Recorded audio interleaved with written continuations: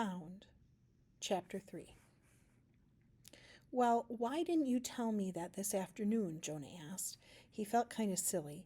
It was like when he was on the swim team and some of his friends had hidden his clothes, so he had to walk through the rec center lobby wearing nothing but a Speedo while everyone else was fully clothed. I told you I was adopted. Why didn't you tell me?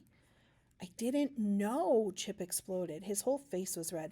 Mom and Dad never told me anything. All this time I thought my parents were my real parents. They're still your real parents, Jonah corrected automatically.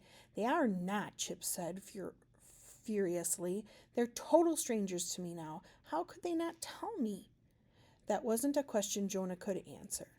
After a certain point, he stopped reading all the kid-approved Isn't Adoption Wonderful books his parents had bought for him, and had started sneaking peeks at some of the books on their bookshelves, Raising the Well-Adjusted Adopted Child, What to Tell Your Adopted and Foster Children, Adoption Without Secrets. All the adoptive parent books Jonah had ever seen acted like there was one commandment Moses had forgotten to bring down from Mount Sinai: tell adopted children the truth.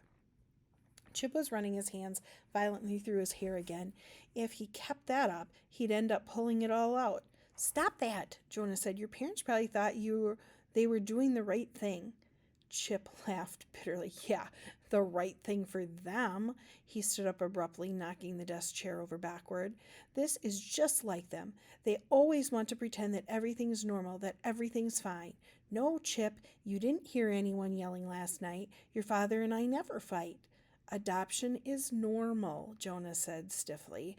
It's been part of human society for centuries.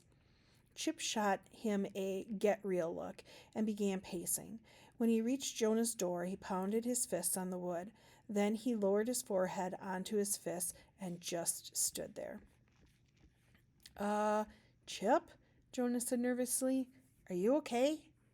You know what's funny? Chip said in a strangled voice without lifting his head. It's kind of a relief not being related to them. I don't want to be like Mom and Dad anyhow. But who am I for real? Who are my real parents? Birth parents, Jonah said quietly. They're called birth parents. Chip rolled his head to the side. Would you stop that? He said. It's like you're brainwashed or something. What? Jonah said defensively. Those are the correct terms. Birth parents are the people who give birth to you. Real parents are the ones who change your diapers and get up in the middle of the night when you're a baby and show you how to ride a bike without training wheels and he stopped because he thought maybe he was quoting directly from the What to Tell Your Adopted and Foster Children.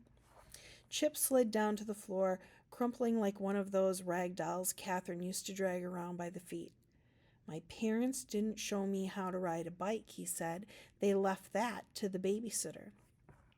Jonah thought for a moment. Well, at least they were the ones who paid the babysitter. Chip groaned. He balled his hands into fists and pressed them against his eye sockets. Why, he whispered, why did my real parents give me up? This time Jonah didn't bother correcting Chip out loud, though in his brain translated, you mean your birth mother set up an adoption plan. You know, there are lots of reasons people can't take care of their own kids, Jonah said cautiously. Maybe your birth parents died. Maybe you're adopted from Russia or someplace like that where things are different. He waited a second. Chip didn't move. Maybe now that you know you're adopted, your mom and dad might tell you more about your story, if they know it. Sometimes, even if the records are sealed at the time of the adoption, people change their minds and decide they want to be more open.